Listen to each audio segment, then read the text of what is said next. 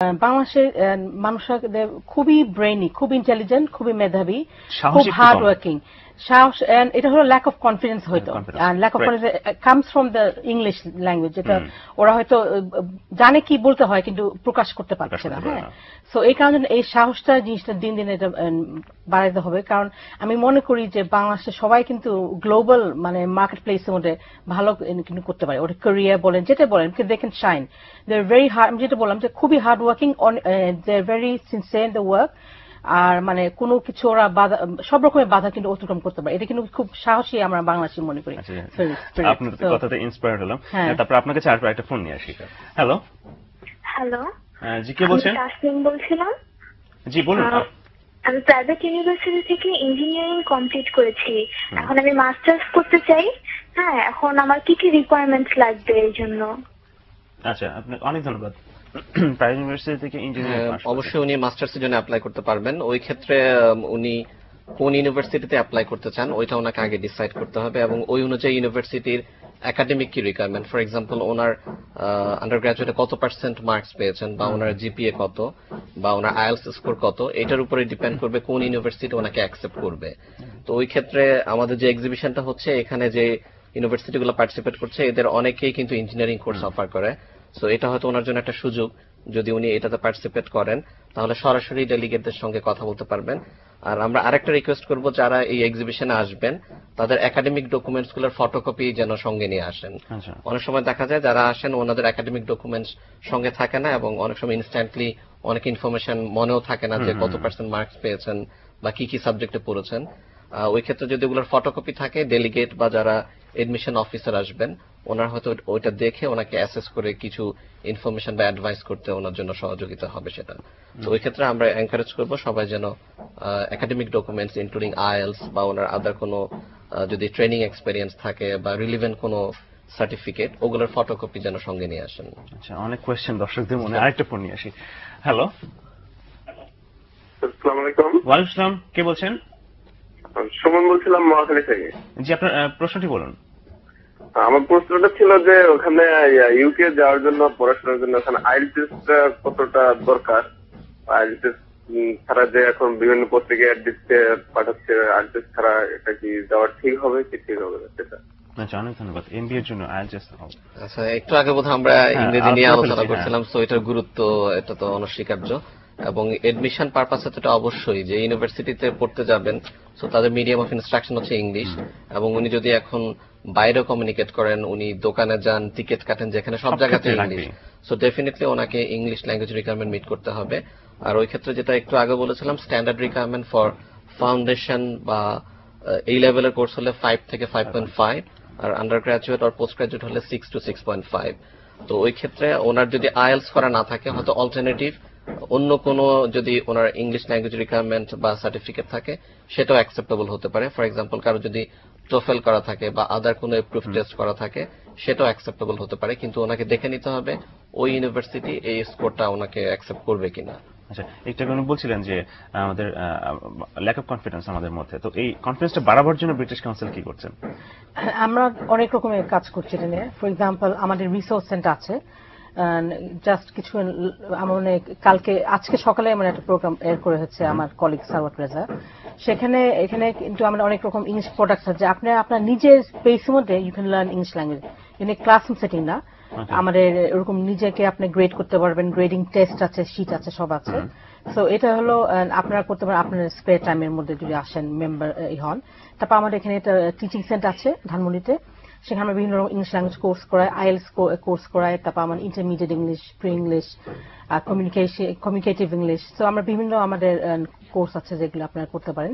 Plus এখন যেটা হচ্ছে, যেহেতু এখন এটা ডিজিটাল যুগ, হ্যাঁ, আমরা অনেক এরকম শিক্ষার মানে রিসোর্সেস আছে অন দ্য ওয়েবসাইট learnenglish.org ওয়েবসাইটে অনেক, ফর এক্সাম্পল বাচ্চাদের লেভেল থেকে আপনাদের how to do conversation English, 1-to-1, shopkeeper কিভাবে একটা শপকিপারকে জিনিস পাওয়া যায়, সব আমাদের সব ডিজিটাল ওয়েবসাইট আছে। আর একটা সুন্দর জিনিসটা খুব কালারফুল, খুব মিউজিক ব্যাকগ্রাউন্ডে, যেটা আমার মনে হয় এটা আপনি আপনার নিজের কম্পিউটার নিজের বাসার মধ্যে আপনি পড়তে পারেন, শিখতে পারেন এগুলি।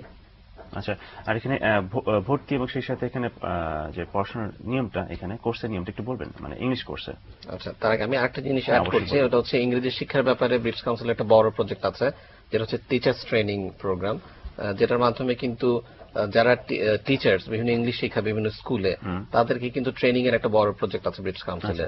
তো আমরা আশা করছি হয়তো এই প্রজেক্টটা আরো বিস্তৃত হবে এবং আরো অনেকে উপকৃত হবে এটার মাধ্যমে। আর আপনি যেটা বলছিলেন যে কিভাবে অ্যাপ্লাই করতে পারবে ইউকে ইউনিভার্সিটি বা কলেজে, ওই ক্ষেত্রে অনেকগুলো ইউনিভার্সিটি আছে যাদের অ্যাপ্লাই করতে হয় অনলাইনে। সো ওই ক্ষেত্রে তাদেরকে অবশ্যই অনলাইনে অ্যাপ্লাই করতে হবে ওই পার্টিকুলার ইউনিভার্সিটি বা কলেজের জন্য। আবার অনেকের আছে পেপার বেসড অ্যাপ্লিকেশন, যেটা হয়তো সে ওয়েবসাইট থেকে ডাউনলোড করতে পারবে অ্যাপ্লিকেশন ফর্ম, এবং সেটা ফিল ইন করে তার রিকার্ড যে ডকুমেন্টস সেগুলো অ্যাটাচ করে চাইলে পাঠাতে পারে। আর এটা ছাড়াও অনেক ক্ষেত্রে তারা স্পট এডমিশন অফার করে, অনেক সময় ইউনিভার্সিটি বা কলেজ তারা এখানে এসে বিভিন্ন সেমিনার বা স্পট এডমিশন অফার করে, যেটা ব্রিটিশ কাউন্সিলে আমাদের বিভিন্ন ইভেন্ট হয়ে থাকে সারা বছর। ওখানে এসেও তারা ডকুমেন্টস শো করে বা অ্যাপ্লিকেশন ফর্ম ফিল আপ করে অ্যাপ্লিকেশন করতে পারে। তো প্রথমে যেটা করতে হবে, ইউনিভার্সিটির যে অ্যাপ্লিকেশন প্রসেস সেটা জানতে হবে, এবং অনেকগুলো অ্যাপ্লিকেশনের কিছু নির্দিষ্ট ডেডলাইন থাকে, সো ওই ডেডলাইনের মধ্যে কিন্তু অ্যাপ্লাই করতে হয়। ফর এক্সাম্পল, অনেকে হয়তো মেডিসিন বা এই রিলেটেড কোর্সের জন্য ইন্টারেস্টেড থাকতে পারে, এবং সেটার অ্যাপ্লিকেশন প্রসেস প্রায় 1 বছর আগে শুরু হয়। এবং অনেক স্টুডেন্ট আছে যারা হয়তো এখনো আন্ডার গ্রাজুয়েট অ্যাপ্লিকেশনের জন্য তৈরি হচ্ছে, কিন্তু এখনো তার এইচএসসি বা এ লেভেল কোয়ালিফিকেশন এখনো কমপ্লিট হয়নি। গ্র্যাজুয়ালি মানে ফর্মগুলো ফিল আপ করে যেতে হয় যে 1 বছর, যেটা অনলাইন অ্যাপ্লিকেশন, যেমন ইউকাস বলে একটা ব্যাপার আছে ইউনিভার্সিটি, সেটা সেন্ট্রাল একটা অ্যাপ্লিকেশন সিস্টেম। এটার মাধ্যমে অ্যাপ্লাই করতে হলে ডেডলাইনটা অনেক আগেই থাকে, পার্টিকুলারলি মেডিসিন, ডেন্টিস্ট্রি বা ফার্মেসি এই কোর্সের জন্য। আবার কিছু কিছু কোর্সের ডেডলাইন এমন হতে পারে 15 ফেব্রুয়ারি, বা কারো এমন হতে পারে 30 জুন, এইভাবে, যেগুলো সেপ্টেম্বর সেশনের জন্য। আবার কিছু ইউনিভার্সিটি আছে যারা হয়তো বা পার্টিকুলার কোনো ডেডলাইন থাকে না, হয়তো তাদের সিট যদি অ্যাভেলেবল থাকে ওই ক্ষেত্রে হয়তো বা ইভেন 2-3 মাস আগেও তারা কোর্সের জন্য অফার করতে পারে। বাট ভালো ইউনিভার্সিটি, যেগুলো ভালো ইনস্টিটিউট, তাদের অনেক ডিমান্ড থাকে। তো ওই ক্ষেত্রে আমরা যেটা অ্যাডভাইস করি, অনেক আগে থেকে যেহেতু অ্যাপ্লিকেশন প্রসেস শুরু হয়, ইভেন যদি তার রেজাল্ট হাতে নাও থাকে, তার উচিত আগে অ্যাপ্লিকেশন পাঠানো উইথ প্রেডিক্টেড গ্রেডস, উনি কি গ্রেড পেতে পারেন, কোনটা আশা করছেন, এবং ওনার যিনি রেফারি হবেন রেফারেন্স লেটারে যাতে উল্লেখ থাকে যে উনি এই গ্রেড বা এই রেজাল্ট আশা করছেন। ওই ক্ষেত্রে তার অ্যাপ্লিকেশনটা যদি অ্যাকসেপ্টেড হয় এবং পরবর্তীতে রেজাল্ট পাবলিশ হওয়ার পরে ওই রিকোয়ার্ড অনুযায়ী যদি গ্রেড থাকে, তাহলে সে সহজে এডমিশন পেতে পারে। কিন্তু অ্যাপ্লিকেশন প্রসেসটা যদি দেরিতে শুরু করে, অনেক সময় দেখা যায় ওই বছরে হয়তো সে ওই কোর্সটা নাও পেতে পারে, রেজাল্ট হয়তো হয়ে যাবে, তারপর অনেক দিন ওয়েট করতে হবে। ওই ক্ষেত্রে আমরা অ্যাডভাইস করব আগে থেকেই অ্যাপ্লিকেশন নিয়ে প্রস্তুতিটা শুরু করা। আচ্ছা, আরেকটা ফোন নিয়ে আসি। হ্যালো। হ্যালো, জি, কে বলছেন? হ্যাঁ সাহেব। জি, কে বলছেন? হ্যাঁ, আমি রিয়াদ বলছিলাম। জি, আপনার প্রশ্ন বলুন।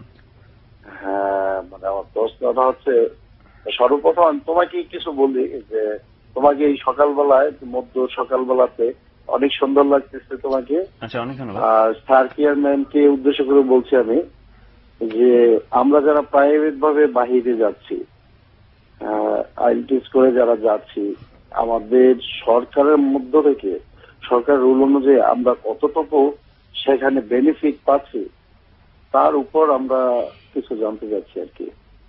আচ্ছা, অনেক ধন্যবাদ। অনেক ক্রিটিক্যাল একটা কোয়েশ্চেন উনি করেছেন, যে দেশের বাইরে যাওয়ার পরে, যেটা এটা কিন্তু অনেক জায়গাতে হয় যে গিয়েছেন একটা প্ল্যান করে বা একটা ইনস্টিটিউটের মাধ্যমে, একটা কোম্পানির মাধ্যমে গিয়ে, কিন্তু সেই অনুযায়ী তারা পাচ্ছেন না সেই জিনিসগুলো। হয়তো এটা সম্ভবত আমার জন্য মনে হয় যে ইনফরমেশন ল্যাকিংস গুলো, তারা জানেন না অনেক কিছু। অ্যাবসলিউটলি, আমি যেটা এই কারণে, এটা মফস্বলের গ্রামের ক্ষেত্রে কিন্তু বেশি হয়, এটা বেশি হয়। অনেক সময় ওরা একটু ধোকা খায় যায়, হ্যাঁ, যে ওরা এখানকার মানে ইনফরমেশনটা কোনো পাচ্ছে না, বা যেটা বললাম মিস ইন্টারপ্রিটেশন ইনফরমেশন হয়। সো আমি সবসময় বলেছি, সবাইকে বলি যে please come to the British Council. British Council আপনারা আসেন, বা ফোন করে, আপনি যদি না আসতে পারেন আমাদের ট্রাফিকের জন্য, প্লিজ আপনি ফোন করেন, ইমেল করেন, কাউন্সিলিংটা মানে ফোনে আমরা মানে শেয়ার নিতে পারি। আমরা তাহলে অ্যাডভাইস করি মানে এখন কখন অ্যাপ্লাই করতে হয়, কিভাবে করতে হয়, তাহলে আপনার টাইমও ওয়েস্ট হয় না। এটা যদি আগে টাইম এবং টাকাটা কিন্তু এটা ইনভেস্ট করছে। অ্যাবসলিউটলি, হ্যাঁ, এটা ইটস ভাইটাল। আর আমার মনে হয় এখানে প্যারেন্টসের কিছু আছে, ভূমিকা আছে, যে ওরা কিন্তু ওদের ছেলে মেয়ের করতে পারে, শুধু জানে যে দেশের বাইরে যাবে, কিন্তু কিভাবে যাবে সেই প্রসেসটা হয়তো তারা ভাবে দিতে পারে না। তো আমরা আছি ওটার জন্য। সো প্লিজ, যেটা হলো আমরা ইউজ করবেন। আমরা চিটং, সিলেট, ঢাকা এটা আছি, ফিজিক্যালি আমাদের অফিস আছে, প্লাস আমাদের যেটা বললাম জোর আগে Seminar. হ্যাঁ, যে আমাদের সেমিনার করি, প্রত্যেক মাসে আমরা সেমিনার করি বিভিন্ন টপিকে। আপনারা ডাইরেক্টলি আমার সঙ্গে সরাসরি কথা বলতে পারবেন, যে আমাদের যারা কলিগ আছে, আমাদের পুরো টিমটা, আমার টিমটা, ওর সঙ্গে কথা বলতে পারবে। আচ্ছা, কেউ যদি দেশের বাইরে না যাওয়ার মতন অবস্থায় থাকে, মানে দেশে থেকে যদি ইউকে তে ডিগ্রি নিতে চায়, সেক্ষেত্রে কি করবে? আচ্ছা, এই প্রসঙ্গে আমি আগের প্রশ্নের সাথে আরেকটা ইনফরমেশন অ্যাড করতে চাচ্ছি। ওটা হচ্ছে ব্রিটিশ কাউন্সিল পার্টিকুলার কোন ইউনিভার্সিটি বা কলেজকে রিপ্রেজেন্ট করে না। আচ্ছা। So as a whole all universities and colleges বা ইনস্টিটিউশনস যারা ইউকে গভর্নমেন্ট অ্যাপ্রুভড, সো ওরকম যে কোনো ইনস্টিটিউটের ব্যাপারে আমাদের সঙ্গে যোগাযোগ করতে পারে। সো এই ক্ষেত্রে একটা ইম্পার্শিয়াল ইনফরমেশন আমাদের কাছ থেকে পেতে পারে। সো সেটা যে কোনো ইনস্টিটিউটের ব্যাপারে আমরা ইনফরমেশন দিতে পারি। আর বাংলাদেশে বসে যদি কেউ ইউকে ডিগ্রি নিতে চায় সেটাও পসিবল, এবং ওই ক্ষেত্রে অনেকে এই অপশনটা সিলেক্ট করে, যেহেতু তার লিভিং কস্ট বা ওখানে যাওয়া আসার যে খরচ ওইটা সেভ করতে পারে। কিন্তু ওই ক্ষেত্রে দেখতে হবে কোন university distance learning course offer করে, এবং সে যে সাবজেক্টে পড়তে চায় ওই সাবজেক্টের কোর্স কি অ্যাভেলেবেল আছে কিনা। ওরকম অনেকগুলো ইউনিভার্সিটি কলেজ আছে যারা কিন্তু ডিস্টেন্স লার্নিং এ বিভিন্ন কোর্স অফার করে। ফর এক্সাম্পল, এখানে অনেক স্টুডেন্ট আছে যারা এলএলবি করছে বা এসএসসিএ করছে বা আদার প্রফেশনাল কোর্স করছে, কিন্তু সে ডিগ্রিটা নিচ্ছে, সে ইউকে ডিগ্রি, কিন্তু বাংলাদেশে বসে সে কোর্সটা নিজে করছে বা কোনো ইনস্টিটিউটের মাধ্যমে সে টিউশনটা নিচ্ছে আর পরীক্ষাটা দিচ্ছে ব্রিটিশ কাউন্সিলে। তো এটার মাধ্যমে চাইলে কিন্তু বাংলাদেশে বসেও ডিস্টেন্স লার্নিং এর মাধ্যমে ইউকে ডিগ্রি নেওয়া যেতে পারে। এবং এই ক্ষেত্রেও আমরা educationuk.org যে ওয়েবসাইটটা, এটা আমরা রেফার করব। এখান থেকে চাইলে ডিস্টেন্স লার্নিং কোর্সটা অপশন সিলেক্ট করে সে চাইলে সার্চ করতে পারবে পার্টিকুলার সাবজেক্টে কারা কোর্স অফার করে। তাছাড়া ব্রিটিশ কাউন্সিল এই সহযোগিতা নিতে পারেন। আরেকটা প্রবলেম দেখা যায় যে অনেকে যারা পড়াশোনা শেষ করছেন, পড়াশোনা শেষ করার পর একটা ধরেন অনার্স লেভেল পর্যন্ত পড়াশোনা করে লম্বা একটা গ্যাপ রয়েছে তাদের পড়াশোনায়, তারপরে যদি সেই সাবজেক্টে যদি দেশের বাইরে যেতে চায়, তো তারা কি মানে কি কি রিকোয়ারমেন্ট দরকার আছে, নাকি আদৌ কি সেই সাবজেক্টে আবার পড়তে পারবে কিনা? এটা আসলে ডিপেন্ড করছে। এমন হতে পারে কেউ ডিসিপ্লিন চেঞ্জ হতে পারে, যদি এমন হতে পারে তার হয়তো কোয়ালিফিকেশনটা হচ্ছে পলিটিক্যাল সায়েন্স, কিন্তু এখন সে ব্যাংকে জব করছে, এখন উনি ব্যাংকিং ডিপ্লোমা চাচ্ছেন। সো বাংলাদেশে এরকম অনেকে আছেন যাদের একাডেমিক ব্যাকগ্রাউন্ডের সাথে প্রফেশনের হয়তো ডাইরেক্ট লিঙ্ক নাই। তো ওই ক্ষেত্রে উনি চাচ্ছেন যে ফার্দার ওনার ক্যারিয়ার ডেভেলপমেন্টের জন্য উনি যে জব করছেন, ফর এক্সাম্পল মিডিয়াতে অনেকে কাজ করছেন কিন্তু ওনাদের হয়তো মিডিয়াতে ডিগ্রি নাই, উনি এখন চাচ্ছেন এই রিলেটেড ডিগ্রি নিতে।